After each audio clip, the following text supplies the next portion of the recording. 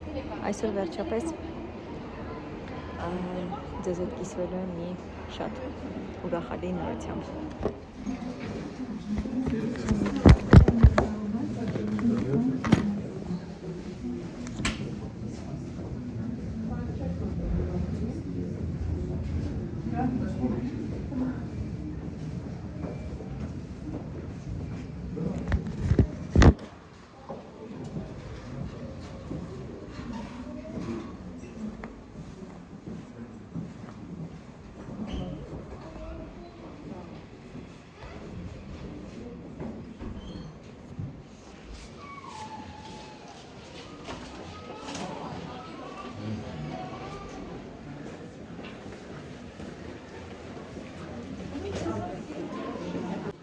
Մենք այստեղ չունենք, այդտեղ որ գնաք որ ասենք։ Ո՞նց է դու ո՞նց լավն է։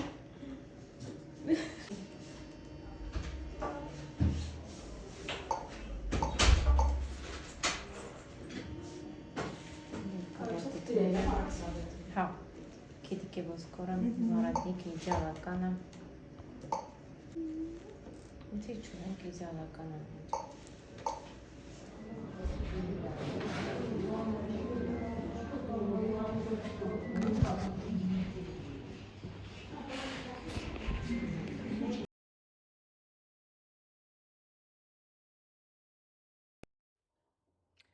Ահա եւ այն նորությունը, որի մասին այդքան երկար ուզում էի խոսել, սիրելի ընկերներ։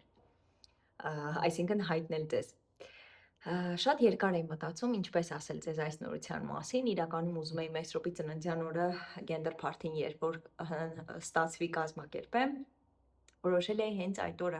որպես փոքրիկ ինչ-որ վլոգ տեղադրել եւ կիսվել ձեզ հետ այս նորության մասին, բայց առաջին սկրինինգ անցնելուց հետո որոշեցի, որ ամեն դեպքում պետք է ձեզ հետ կիսվեմ այս նորությամբ, ուրախալի նորությամբ։ Եվ ինչ էի ուզում ասել, սկսենք սկզբից։ Երբ որ գնացի Կապան արձակուրդներին, արդեն արձակուրդներս ավարտվում էր, ինձ մոտ սկսեց շատ տարօրինակ սրտխառնոցներ եւ թուլություն իրականում մարմնական եւ ինձ թվում էր ինչ որ վիրուս է, ինչ որ ինչպես միշտ այդ ժամանակ շատ տարածված էր վիրուսը, անընդհատ երեխաները իրար հետևից մեր բոլորի երեխաները սկսեցին հիվանդանալ։ Եվ ինձ թվում էր անդադ, որ այդ վիրուսներից է եւ իմ այդ թուլությունը մարմնական այդ վիրուսից է, որովհետեւ տեղափոխվելու ժամանակ, երբ որ արդեն պետք է տեղափոխվեի Կապան եւ հանձնեի Արտաշիսյանի բնակարանը, որտեղ այդ վեճերը կոնֆլիկտները եղավ տանտիրոջ հետ եւ գնորդի հետ իրենց, տունը հանձնելուց որոշ ժամանակ առաջ ես նույն մարմնական թուլությունը եւ այսինքն ոչ թե թուլություն էր, արդեն մարմնական ցավ էր ինձ մոտ, նույն գլխապտույտը ունեցել եմ հենց այդ ժամանակ, երևի ամենայն հավանականությամբ ստրեսից,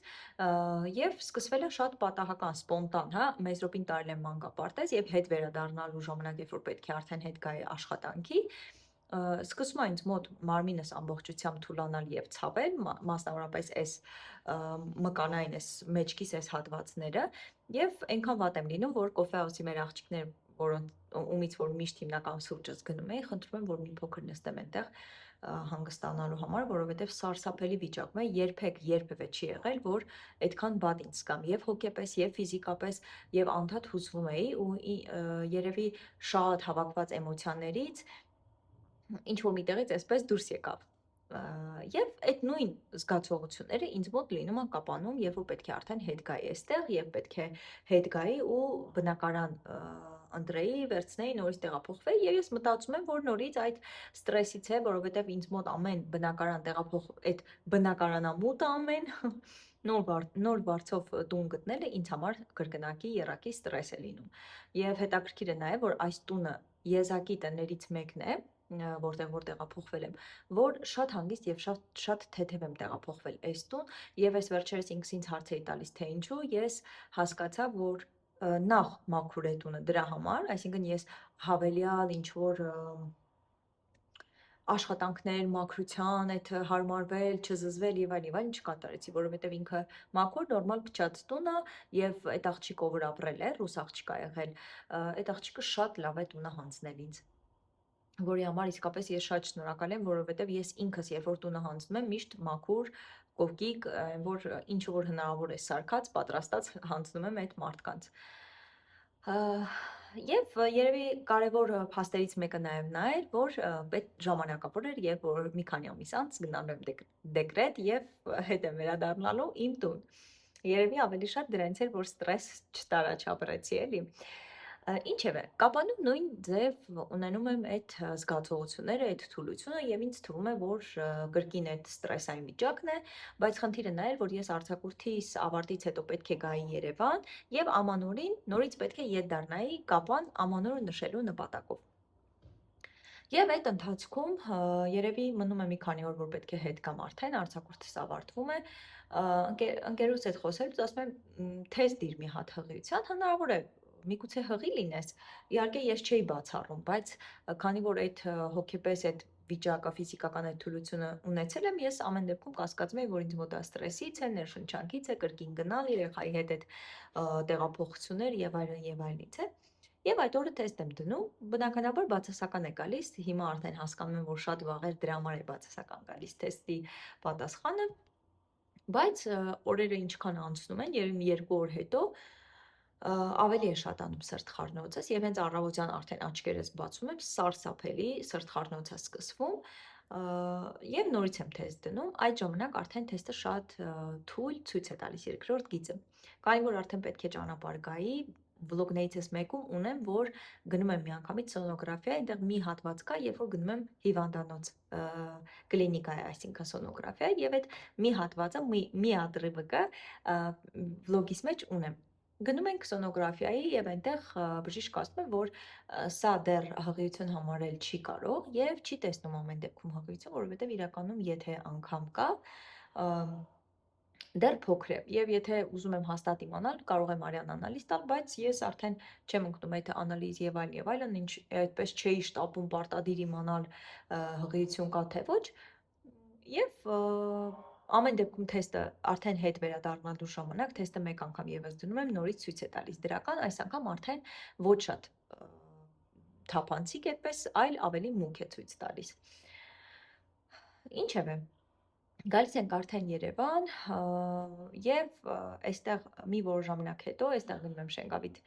բժշկական կենտրոնը, բնականաբար ես միշտ կողմնակից եմ Շենգավիթին, որովհետեւ Մեսրոպին եւս այնտեղ եմ ունեցել, շատ հավանում եմ իրենց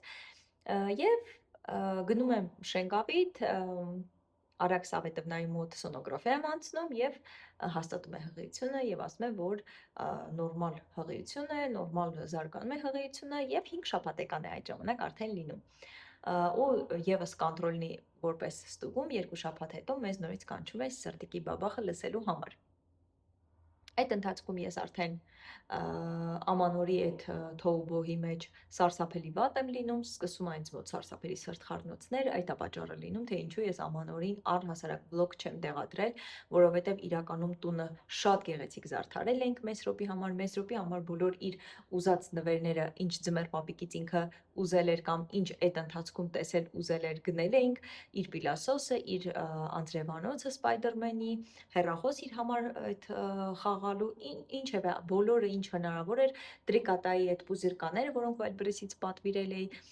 եւ բոլորը շատ գեղեցիկ փաթեթավորման այդ տոպրակների մեջ։ Մեսրոպին ամանորի օրը անակնկալ ենք արել եւ իմ եւ ամուսնուս համար գնել էի սպիտակ վերնահագուստ, իսկ Մեսրոպի համար Վայկիկից չգիտեմ ցույց տվել էի թե ոչ, գնել էի ամանորյա վերև ներքևի գիշերազգեստատիպ տան հագուստ, բայց շատ գեղեցիկ։ Ամանորյա յոլկաներով Դիսնեյլենդի նշաններով էր։ Եվ այդ օրը ես այնքան վատ եմ լինում, որ մենք չենք հասցնում անգամ մեր հագուստները հագնել, մենք նկարվել, ինչ-որ վիդեո նկարել, հիշողություն պահել, հիշողությունը միայն այդ պահն էր, Մեսրոպը ինչպես է ուրախանում, Մեսրոպը ինչպես է բացում, եւ մարդիկ, ովքեր այդ ընթացքում գալիս գնում են, այդ մի ակնթարթներն էր։ Իրականում ես սարսափելի վատ վիճակում էի, եւ մարմինս էր շատ թույլ իրեն զգում եւ այդ տոքսիկոզը, այդ սրտխառնոցը կրկնակի ավելանում էր, մասնավորապես մսի հոտից եւ մսից, օծանելիքի իմ հոտից, այդ ամբողջ ընթացքը կերել եմ այդ կապանում եղած ժամանակ կարտոֆիլը, թթուն, լիմոն եմ կերել այդ ընթացքում, ինչ որ հնարավոր էր այսպես շատ ոչ շատ սուր համեր ունեցող ինչ որ բաներ,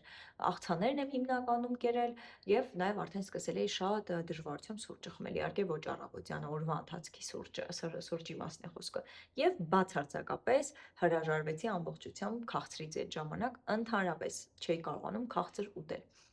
Ավելի շատ Պրիդպոչտենյան, հա, տալիս էի մրգին, նախապատվությունս տալիս էի մրգերին ու իսկապես շատ ուզում էի ուտել, մանավանդ կիվին այդ ժամանակ։ Հետո ամուսինս եկանք Երևան արդեն այստեղ, ճանապարհը ահավոր կերպով հետ վերադարձա Երևան, սարսափելի ուղակի, եւ այստեղ էլի ամբողջ օրը գրեթե պարկած, աշխատանքի տեղը ուղակի օթային էսպես ինչ որ ոնց որ ես օթում լինեի, սարսափելի իրոք զգացողություն է տոքսիկոզը, անելանելի վիճակ, երբ որ չես կարողանում մազերդ հարդարել, չես կարողանում հագնվել, չես ուզում ընդհանրապես ոչինչ անել։ Իմ այդ ընթացքը, որ ես այդ վիճակում էի, որովհետև այդ մոտավոր 9-ից 10 շաբաթեկանում ինձ մոտ արդեն կտրուկ սկսեց նվազել, իսկ 10 շաբաթեկանում ես արդեն ամբողջությամբ հանգիստ էի զգում, անելանելի անօգնական վիճակը, եւ որ չգիտես թե ոնց դրա լուծումը տաս։ Բժիշկս ասում էր, քանի որ փսխումներ չկա, դեղորայքային ինչ որ միջամտություն չեմ ուզում անել, բայց ավելի լավ էր փսխումներ լինի, քան այդ տպավորությունը, որ դու անընդհատ ուզում ես փսխել եւ անընդհատ քեզ համար ամեն ինչը տհաճ է եւ 9 շաբաթները ես կերել եմ հնդկաձավար, կարտոֆիլի խյուս եւ բրինձ։ Միակ բաները, որոնք ես ուզում էի ուղակի ուտել, ուղակի չոր, ցամաք, առանց որևէ ինչ որ հավելումների եւ թանը, ջերմուկը ու թթուն ու լիմոնը։ Այդ ամբողջ այդ շաբաթների իմ ուտելիքներ, առավոտյան սուրճը, շատ դժվարությամբ շոկոլադով, եթե հնարավոր էր լինում, մի աննշան մի կտոր շոկոլադով, եթե հնարավոր էր լինում, ինչևէ, անօգնական շատ վիճակ էր, անգամ չէի կարողանում հարդարել մազերս, այդ ընթացքում մի քանի անգամ Վարշավիրանոցում ինձ ուղակի տրամադրել են, որ մի քիչ սպասիր, հիմա կավարտվի, մի քիչ սպասիր, հիմա կավարտվի, այդ պարկելու ընթացքում, որ լվանում են գլուխս, արդեն ես զգում եի, որ ես արդեն շատ վատ վիճակում եմ, շամպույնի հոտը, այդ ֆենելու ընթացքը, ինչևէ, փառք Աստծո, այդ ամենը անցավ եւ այն հղիները, ովքեր տոքսիկոզ են տանում, ես ուզում եմ հնարավորինս շուտ լավանալ եւ հնարավորինս շուտ անցնի ձեզ մոտ այդ տոքսիկոզը, որովհետեւ մարդիկ կան, ովքեր ասում են, որ իրենց մոտ շատ երկար է տևել այդ ամբողջ ընթացքը տոքսիկոզի, եղել են 4 ամիս, 5 ամիս, շատ ավելի լավ կլինի, որպեսզի շուտ ավարտվի այդ ամենը, մանավանդ եթե ունեք արդեն երեխա, տոքսիկոզ եւ երեխա ունենալը, դա մի, չգիտեմ, ինչ վատ սաստայանի է, ինչ վատ դրության մեջ ես լինում, չես կարողանում այդ երեխային ուշադրությունը տալ, չես կարողանում նորմալ լողացնել այդ երեխային, անընդհատ արագ ուզում ես ինչ որ մի բան անել եւ երևի այդ ամբողջ ընթացքը ավելի շատ ինձ համար դժվար էր, որովհետեւ Մեսրոպի հետ է եւ անընդհատ Մեսրոպի համար ինչ որ մի բան անել ինձ շատ դժվար էր տրվում ուտելիքը, իրեն լողացնել, հագուստը արդուկել, դա այդպես այդ շարքից։ Հիմա արդեն 14 շուտով 15 շաբաթեկանում շաբաթեկան կմտնենք եւ սերը դեռ չգիտեմ, սերը կիմանանք Մեսրոպի ծննդյան, կարծում եմ նախորդին եւ հենց ծննդյան օրն էլ որպես այդպես փոքրիկ ինչ որ մի բան կանեն գենդեր party տիպի, որովհետեւ Մեսրոպինը չեն կարել, քանի որ Մեսրոպի թղթի վրա այդ ժամանակ նոր էր գենդեր party այդ մոդան այսպես ասած դուրս եկել եւ իմ բժիշկը թղթի վրա գրել էր տղա եւ թուղթը ամրացրել էր իրար ու այնտեղ մութ է սենյակում, չէ՞, սոնոգրաֆիա դուրս գալուց հետո տեսակ որ թափանցիկ թղթի վրա գրված է տղա եւ սրտիկ եւ այդպես իմացանք որ Մեսրոպը տղա է, իսկ այս մի անգամը ամեն դեպքում երբ որ արդեն 16 շաբաթեկանի երկրորդ սկրինինգը կգնամ, կխնդրեմ որպեսզի հնարավորինս մուգ թղթի վրա կամ ես ինձ հետ կտանեմ ինչ որ մի ծրար, հնարավորինս մուգ թղթի վրա գրի թե ինչ սերի է պատկանում մեր փոքրիկը։ Հիմա ավելի լավ եմ ինձ զգում, ավելի հանգիստ եմ ինձ զգում, ցանկությունները, որոնք ուզում եմ ուտելիքի հետ կապված, բնականաբար միս բացարձակ չեմ կարողանում ուտել եւ ընդհանրապես չեմ էլ ուզում ասի անուն լսել, սարսափելի տհաճություն եմ ապրում, երբ որ պատկերացնում եմ, որ պետք է ինչ-որ մի տեսակի միս հիմա ես ուտեմ, եւ այս ընթացքում եղել է երկու դեպք։ Մեկը ընկերուհուս տանը սոուս եմ կերել, որ շատ եմ սիրում կարտոֆիլով հավի մսով սոուս, այդ ժամանակ եմ կերել հավի պտիկ եւ այս վերջերս խորոված էր պատվիրել մեր ընկերներից մեկը, իրենց տանը մի փոքրիկ կտոր այդ խորովածից միսն եմ կերել եւ էլի շատ հետաքրքիր է դժվարությամբ հետո երբ որ հիշում եմ շատ վատ եմ ինձ զգում որ կերել եմ այդ միսը որովհետեւ տհաճություն եմ ապրում այդ մսի մտքից բայց Ինչն է որ հետաքրքիր, որ սկսել է շատ մեծ ցանկություն ինձ մոտ բանջարեղենային ուտելիքների, հնարավոր բոլոր օգտակար բանջարեղենների, չգիտեմ, որ երբևէ չեմ մտածել, որ գազարով եւ